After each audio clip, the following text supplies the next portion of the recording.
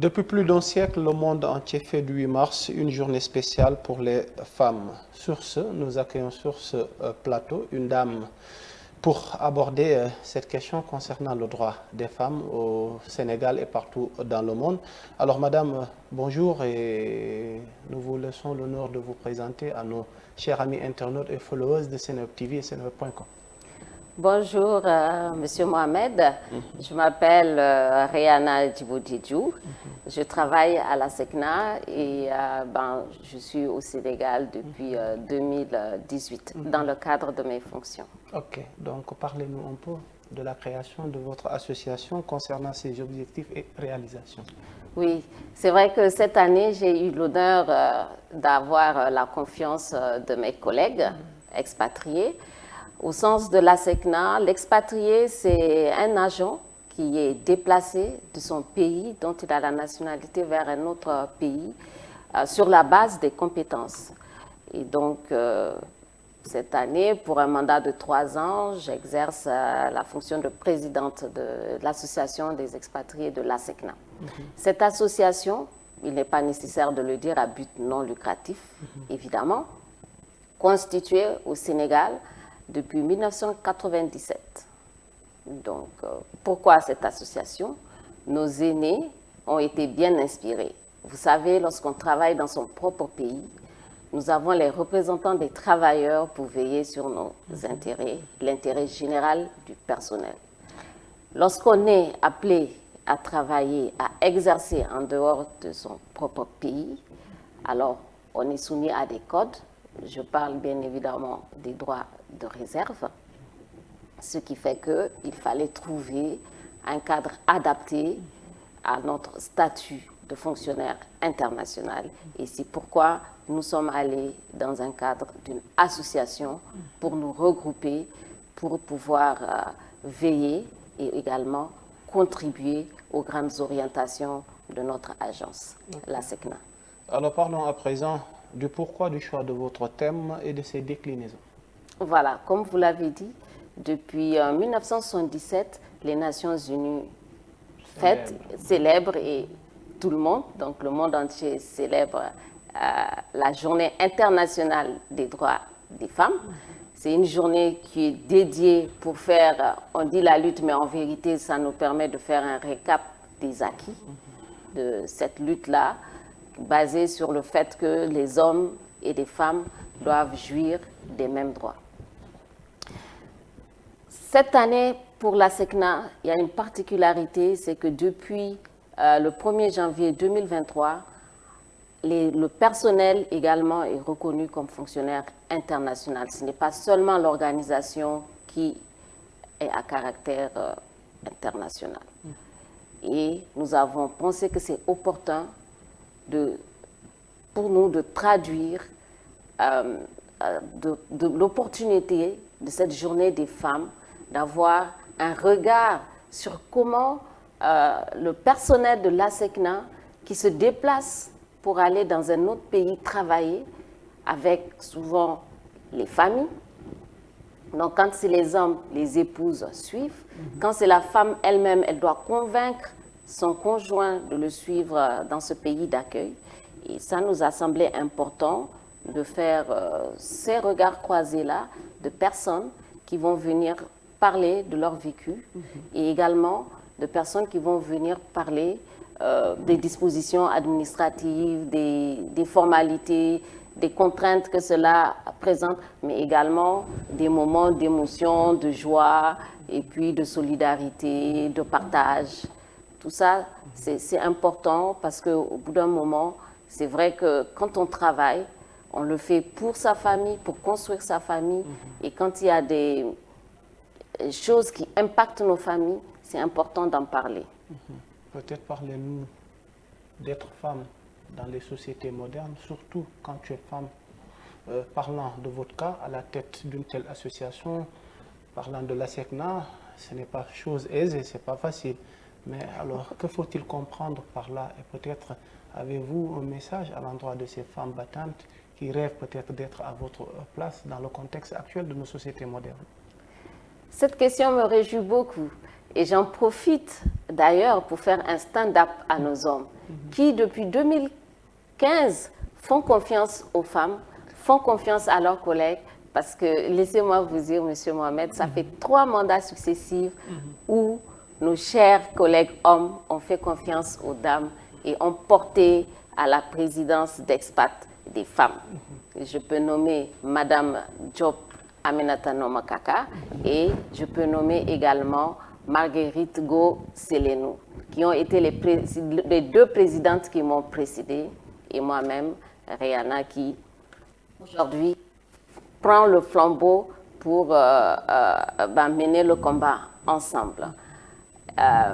Être une femme dans une institution aussi grande et aussi prisée que la SECNA est un privilège. Mais aujourd'hui, on peut dire que les différences que d'autres organisations peuvent sentir dans le traitement du personnel, de plus en plus, sont effacées. Pourquoi? Parce que c'est un combat des premiers responsables.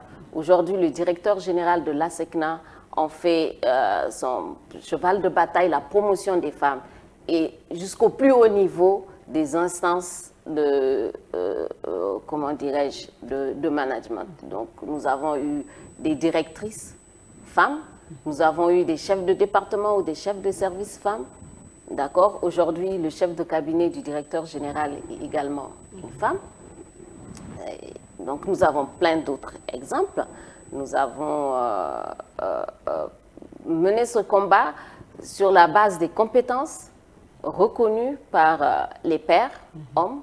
Et donc, pour nous, c'est important. Le message, c'est envers nos jeunes sœurs qui vont commencer à travailler et aussi sur le plan international. C'est important de comprendre. Et c'est d'ailleurs ça l'objectif également de cette conférence que nous voulons faire pour que, de manière générale, tout le monde soit sensibilisé sur les obligations, les devoirs, les avantages également.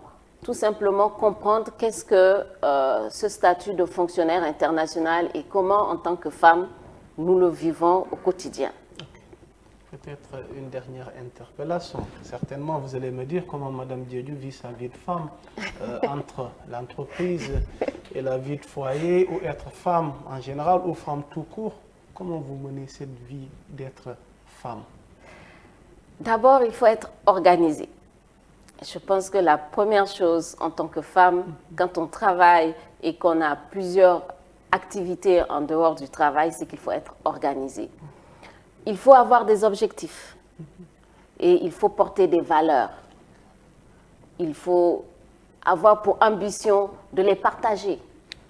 On ne peut pas avoir tout le monde. Mais je me dis toujours, et souvent, parce que je suis enseignante aussi, donc quand je fais le coaching, entre guillemets, auprès des jeunes étudiants, ce que je leur dis, faites ce que vous aimez. À ce moment-là, on peut tout faire. Merci. Okay. Peut-être terminer par comment vous vivez votre expatriation au Sénégal. Oui. Alors. Comment ça se passe voilà, donc en général, comment ça se passe, cette vie d'expatrié cette au vie pays de la Teranga? Oui. Bon, vous avez entendu mon nom, Diédiou. Donc, quelque sorte, je suis une Sénégalaise et je pense que toute personne qui vit au Sénégal, au bout d'un moment, devient sénégalaise aussi. Le Sénégal est une terre d'accueil, prospère, et lorsqu'on arrive comme étranger, on est séduit par le fait que tout le monde parle Wolof. Et puis, quand on parle français, on nous répond en Wolof. Ça incite à apprendre la langue. Nangadef, Mangfirek. Voilà, donc ça c'est... L'hospitalité. Voilà, l'hospitalité. Et puis quand on demande son chemin, on a toujours une réponse. Quelquefois, la personne ne sait pas, mais elle a envie d'aider, donc elle donne une réponse. On est bien accueillis. Dans l'installation également, les gens sont volontaires à nous accompagner. Et dans le cadre de notre association également, nous avons, on s'organise pour accompagner les nouveaux qui viennent, pour leur dire les quartiers où il faut habiter, les marchés, pour les confessions, chacun respectivement où est-ce qu'il peut trouver les lieux de culte pour pouvoir continuer sa vie. Ça ne peut pas être comme chez soi, mais en tout cas, que ça s'y colle. Voilà. Donc, ce n'est pas aisé, mais... Machallah. Mais c'est important. Voilà. C'est important. C'est important. La femme a été, elle est, peut-être elle sera, quoi, dans 10 ans, dans 20 ans, dans 30 ans, votre image ou votre rêve, votre idéal de femme dans quelques années. Terminons par ça. Pour moi, l'image de femme, c'est une femme généreuse. La femme, de par le fait qu'elle donne naissance, pour moi, c'est de la générosité. Parce que on partage, et quand on partage, forcément, les valeurs de générosité sont là. On donne sans attendre un retour. Et ça a toujours été ça, la femme. Que ce soit au foyer, que ce soit au travail, ou bien que ce soit dans un cadre d'amitié. La générosité. Et je garderai juste ça comme valeur. Le dernier mot. Le dernier mot, tant qu'il y a vie, il y a espoir. Donc il ne faut jamais s'arrêter de se battre. Les combats vont se succéder. On peut gagner une bataille, mais ça ne veut pas dire qu'on arrête de se battre. Non, il va toujours avoir des nouveaux défis. Donc il faut être prêt et être à jour avec son temps pour pouvoir comprendre les batailles qu'il faut mener en fonction du temps. Il y a des batailles qui ont été menées par nos sœurs. Aujourd'hui, ce n'est plus d'actualité parce qu'elles ont gagné. Pour nous, nos batailles, nous devons les mener également, les gagner. Et pour nos petites sœurs qui vont venir plus tard, elles auront leur combat. Il faudra qu'elles les mènent également et qu'elles gagnent. C'est ça qui est important. Gagner. Voilà. Sur ce, nous vous disons merci. Ce fut un plaisir. Nous disons merci également aux internautes qui nous suivaient. Elle était notre reine, Madame Diédhiou, du jour. Et bonne fin de semaine et bonne fête à toutes les reines du monde entier. Merci. Merci beaucoup. Okay.